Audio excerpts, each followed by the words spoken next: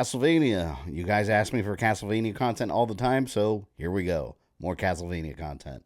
When I started this discussion style series of videos, I wanted to make sure it wasn't all just gaming news. That can get really boring really quick to both watch and to talk about. So I wanted to try something new today. This is something that's been requested of me a million times. Ranking my favorite game from fill in the blank series. And we're going to do that today finally. If you looked at the thumbnail or the title of today's video, obviously we're doing Castlevania. We got all the games right there with the exception of... Are we missing anything? Let me know in the comment section if you notice anything I'm missing. I went through and I think I got them all. In the future, when anyone asks me, hey, what's your favorite Castlevania game? I will refer you to this video.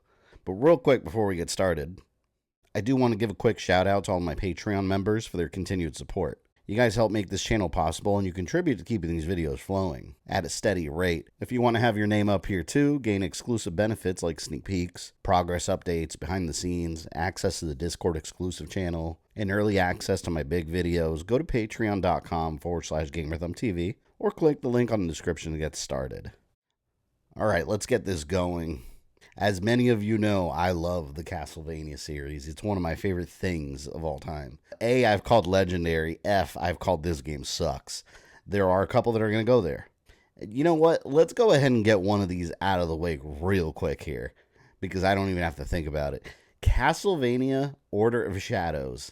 This game right here, this game sucks. We're going to put that solidly in the F category.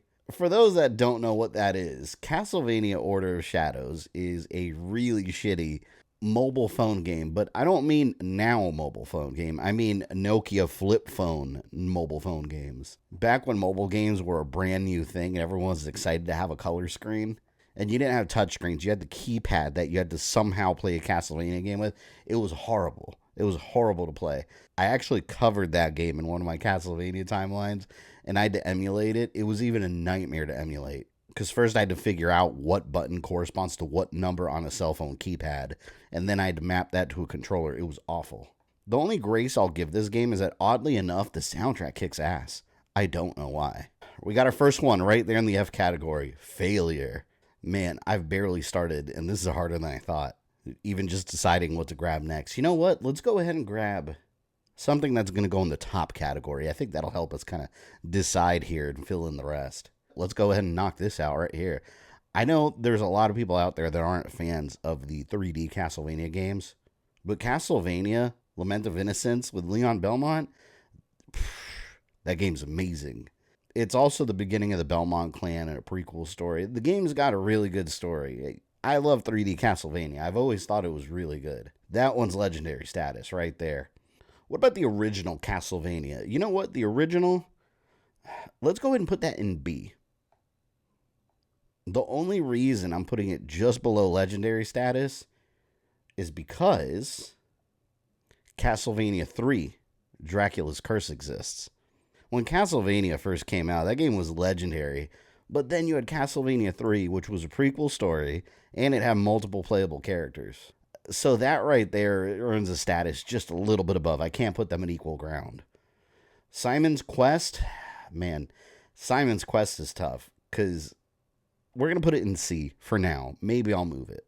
We're going to put it in C, because that's one of those games that you either love or hate. I'm in the middle. I like it. I don't hate it. But I always compare it to Resident Evil 0. It's a good entry, but I don't like to play through it. If I haven't played that game for a while and I turn it on, I'm always lost. It's never clear on what to do. Yes, there's fan remakes that improve the gameplay. I'm talking about the original version of the game. It's just, I hate playing through it. It's not fun to play through, but it's not a bad game at the same time. So it's in a weird spot for me. We're going to put it in C. That covers the original NES trilogy right there. God, people are going to be so mad at me over this next one. If you've been on my streams, this is no surprise to you. Aria of Sorrow. We're going to give it a C. The game is not bad. It's actually a decent Castlevania, Metroidvania style game. I'm not a Soma fan. I've never been a Soma fan. I don't like his character. I think he's a boring character. Yeah, be mad at me. Go ahead. Leave me comments. But this is my ranking. Make your own ranking. Put him over here if you want. Look, there. Put him in legendary if you want. For me, it's going to go in C.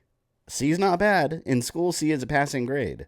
Having said that, I would probably put Dawn of Sorrow in the same. I feel the same way about Dawn of Sorrow. Maybe even a step below Aria, just because it's got that anime style. And I don't know, that doesn't fit Castlevania to me. The anime art style compared to that original, like Conan the Barbarian looking painted art style. I wouldn't put it as far below as D, though. Because I feel like D is way too low for that game. Because the game itself is good. I just don't... The story in Soma, I don't know. I don't like it. Although I do like, if you get the bad ending, it unlocks like this whole new area. That reminds me of Dracula's Curse. Because you got a Belmont, a Belnades, and Alucard again.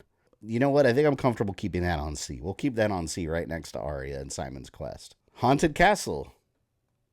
Let's put that on E. Because, you know what? This game sucks. It does. It sucks. Haunted Castle is a shitty Castlevania game.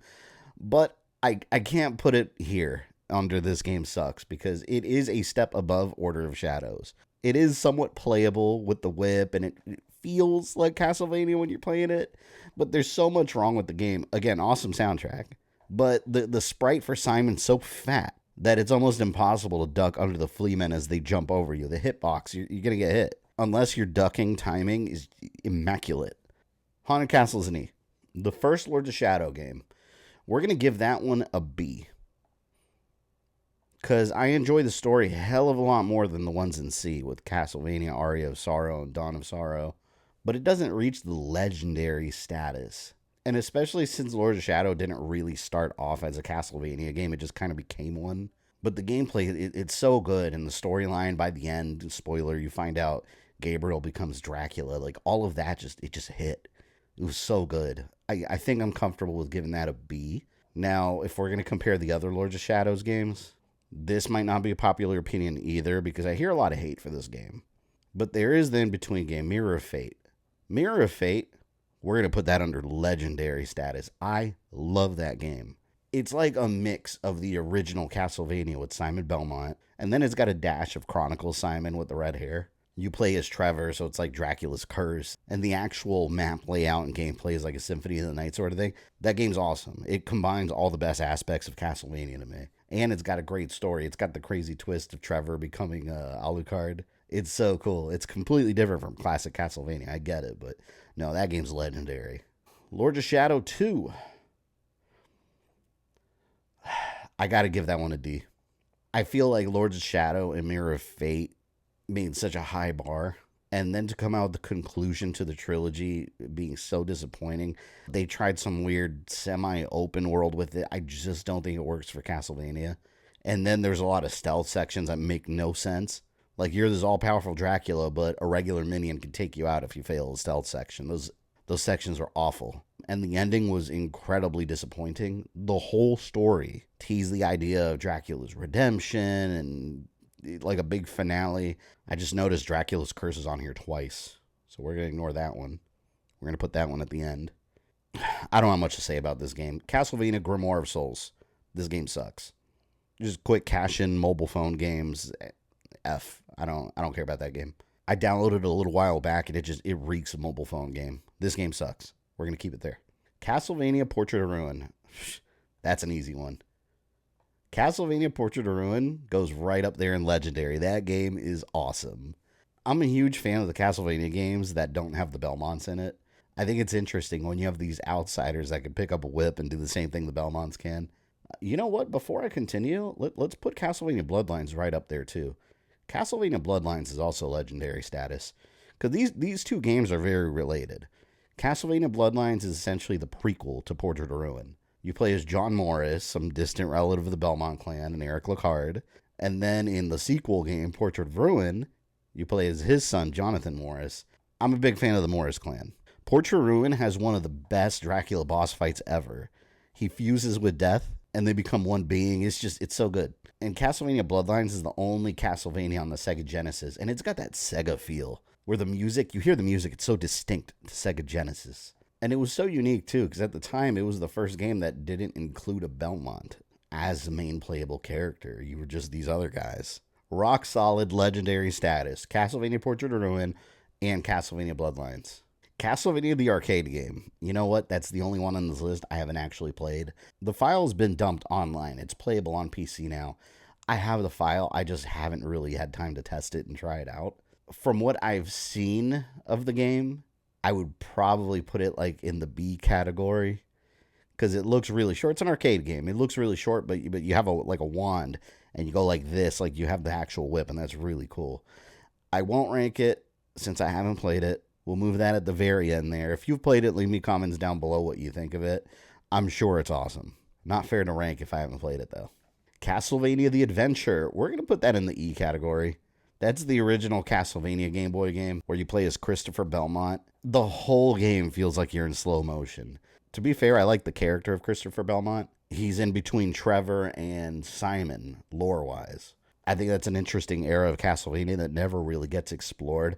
But yeah, the whole game feels like in slow motion. Having said that, the game's sequel, Castlevania II, Belmont's Revenge, we're going to put that just a tad bit higher in the D category. Because it literally is just a step better. It doesn't feel like you're in slow motion. And it's got a little bit of better story. His son gets possessed, and then it's got a brutally hard fight at the end with his son when you have to beat his ass to fix the brainwashing. So it is just a little step better. Now, going to the other Game Boy one, Castlevania Legends. It's better. I'm going to put that... Oh, no, B's too high. I'm going to put that in C. I think the character of Sonia Belmont's super cool. But yeah, this game came out during a really weird time where it wasn't made by the usual Castlevania people that worked on these games, so they just made a lot of stuff up. And it implies that Sonia Belmont and Alucard had a romance and Trevor's their son. Weirdness. You know what? I consider moving it up a little higher because I really do like that game. But no, I don't think it's anywhere near as good as the original Castlevania, Lords of Shadow. I think C's fair because it is better than the other two Game Boy attempts. Kid Dracula. You know what? Let's give Kid Dracula a B. That's a fun little game. You play as a little baby Alucard, supposedly, running around the castle, getting into all kinds of shenanigans. And I think that one had a little Friday the 13th Jason man as a minion. I didn't play it as a kid because it never got a US release here on NES. It was on the Famicom over in Japan. Now, we did get the Game Boy version, Kid Dracula. We're going to put that just below. It naturally, it's a little more limited, a little less colorful and whatnot. So we'll give that a C. I'm comfortable with that. Castlevania The Adventure Rebirth. That's legendary status. They took a mostly awful Castlevania Game Boy game, Castlevania The Adventure that we have down there in E, and made it good. It's a totally different game. Between the graphics, the music, the gameplay, everything about the game is improved. It is remade from the ground up. And I don't know why we don't have that as part of a Castlevania collection yet. That's wild to me. Adventure Rebirth is legendary. Castlevania Harmony of Despair. Let's give that one a C. For those that don't know, that was a game released on the Xbox 360 and PS3 era. It was really geared towards online multiplayer. Very, very good game. Here's my problem with it. It's almost impossible to play single player. It was designed as multiplayer, but now when the online's so dead, it's really hard to find matches. Every once in a while, you'll find someone, but it's hard to find a full party of people. That's where the game's at its best. On single player, it's just a huge chore to play through, and it's insanely hard to beat any level by yourself. Great game, but just solo play, it's just not feasible. Castlevania Curse of Darkness, we're going to give that a B, because the other PS2 game, Lament of Innocence, that one is just a step higher story-wise. Although, to be fair, Curse of Darkness has some awesome gameplay elements, where you have your little creatures that you can level up and evolve just like Pokemon. It works really well for the game. I just don't find the story of Hector versus Isaac as interesting as the origin story of the Belmont clan, so we'll put that as a B, but that is a must-play game. I do recommend that one. Castlevania Chronicles. We'll give that a B. Castlevania Chronicles is basically a remake of the original one with better graphics, at least as far as one of the game modes. Awesome new soundtrack, awesome new graphics. Then it's got the other version of the game, which is a port of, I think, the Sharp something. It's good, but I think it's about as good as the original NES version with updated graphics. Very good. Castlevania Judgment. God, this one's hard. Let's give it a D. It's this weird, like, 3D arena fighter. It plays pretty basic. It's fun to play through. A lot of the character design, though, for Castlevania standards is atrocious. Over time, I've learned that it's the guy that did Death Note, so they all look like Death Note characters. It doesn't fit Castlevania at all. Like, Eric looks like a 12-year-old girl. Simon looks like something out of, like, Japanese goth metal. It's just, the character design's atrocious, in my opinion. And all the character endings are just text-based things you read. Okay, game. We're going to put it at a D. Castlevania Harmony of Dissonance. You know what? I think it's fair to put that one at a C. People are going to be mad at me about that, too. Because people love Juice Belmont. I'm just not a fan of his character in game. He's just Belmont Alucard. That's all he is. He's even got long white hair and pale skin. He's Alucard with a whip and magic powers. That's all he is. I don't find him interesting. I don't find the story interesting either. And you don't even fight Dracula. You fight Dracula's Wraith. Good game, not B or A quality. That is a C. I'm just realizing people are going to be more mad at me than I thought with this list. You know why? Because I'm putting Castlevania 64 up in legendary status. I don't care what anyone says. I love Castlevania 64. Maybe some of it's nostalgia. I remember this was one of my games on the N64. I would play on repeat. I had the whole game memorized. I played it over and over and over, and it was the first 3D Castlevania game. And everyone likes to complain about the camera in the game. It's not that bad. And let me give you a fun fact. Every N64 game has a not-so-good camera. The console was notorious for it. It was the early days of 3D, so cut some slack. I love Castlevania 64. Having said that, Castlevania Legacy of Darkness. Legacy of Darkness is weird. Because it's not Castlevania 64, and it's not Castlevania 64 2. It's like a remix of Castlevania 64 and a prequel story-wise. I played with the idea of putting it in C. I think it's fair to give it a B. Because I do like it a lot. I think the character of Cornell is really cool. Werewolf Man. Having said that, I think they made the game way too easy. Castlevania 64 had some challenge to it. Castlevania Legacy of Darkness, once you get Cornell powered up, he's almost unstoppable. You have to really try to die and get a game over. The little fireballs that he throws, they become so deadly, and you can take down bosses in seconds. It's too easy. I like my Castlevania games having some challenge. This is the exact reason I'm going to put, again, be mad, Super Castlevania IV. I got to put that in B for the same reason. It's too easy. In America, the game came out as a sort of sequel to Simon's Quest. In Japan, it was always intended to be a remake of the original. So you're playing as Simon through his first foray through Castlevania again. And yeah, they add different gameplay elements like directional whip and all kinds of stuff. It's just too easy. It's too easy of a game. Again, comparing it to the rest. I know that one's a huge favorite of people's in the Castlevania community. B. Castlevania Circle of the Moon. Now, I did say before that I really like the ones that star non-Belmont characters. This one is the character of Nathan Graves, completely unrelated to anything Belmont.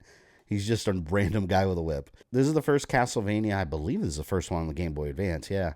I really like that game. I'm going to give it a B, though, because although it stars a non-Belmont character, the game does feel like a grind fest at times. If you go through this game just naturally fighting the enemies that come before you and getting to the bosses, you're going to have a hell of a time. The bosses are damage sponges if you don't actually go back and grind and level up. I think the game's got a little too much of a grind to it to be legendary status, but it is a very good game and a must play, so we'll give it a B. Let me move my webcam down a bit. The legendaries and the Bs are starting to infiltrate my space here. There we go. I'll be down here from now on. Castlevania Symphony of the Night.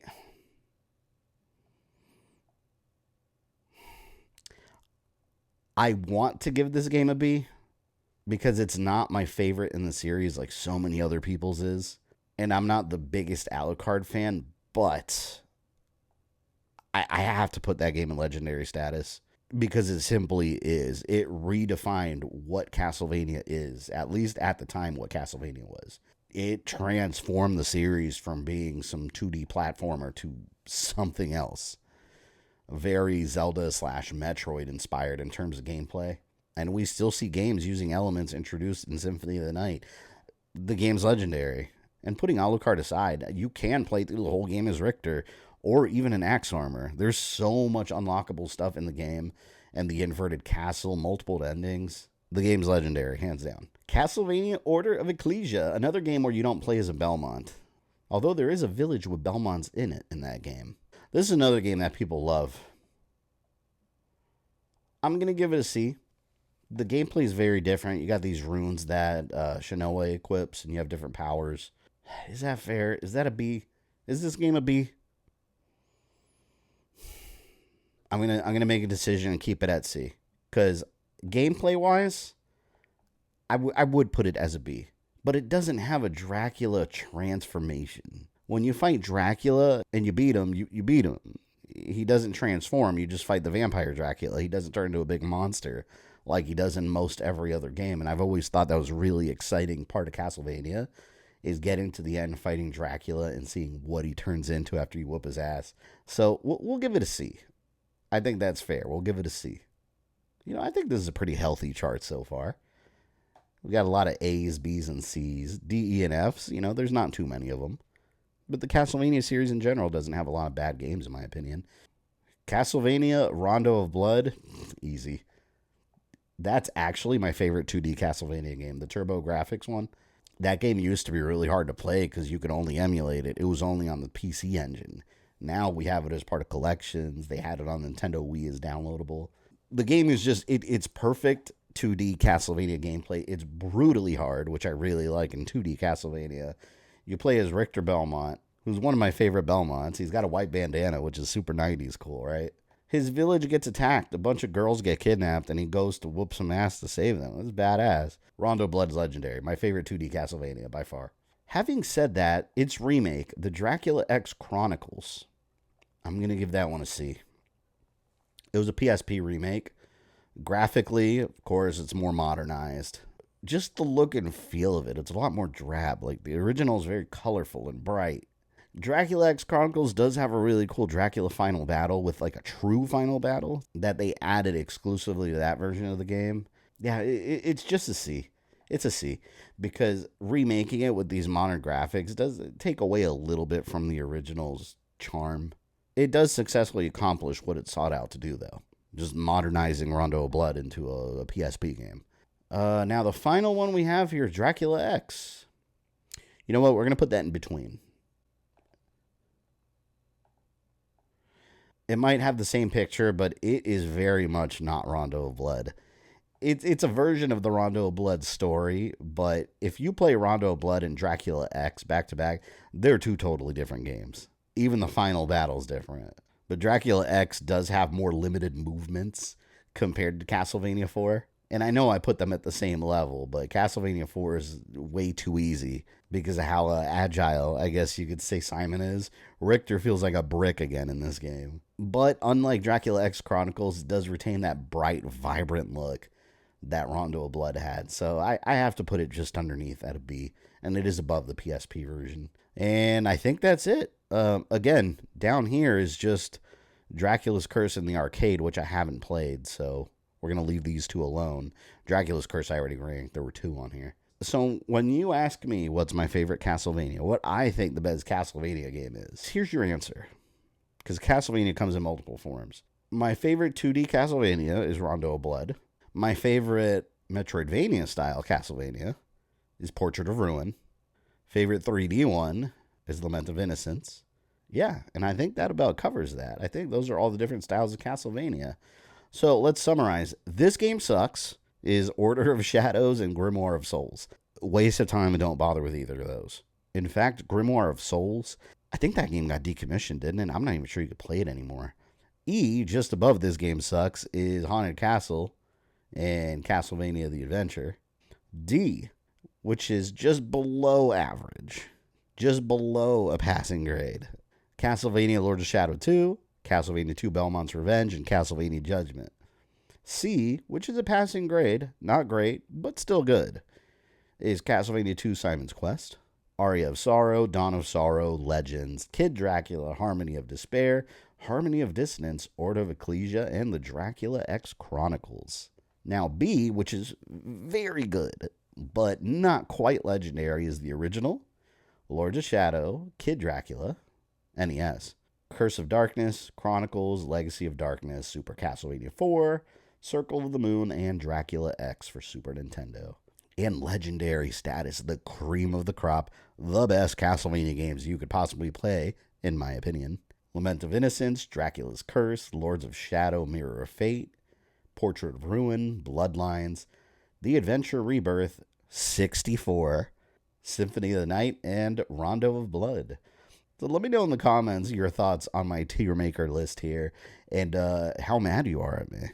We'll call it there. If you like this style of discussion video, let me know in the comments too. If you want me to do more of these, I will with some other franchises. Maybe Assassin's Creed, Resident Evil. I don't know. There's so many we can do. That's my list, and I will catch you guys later.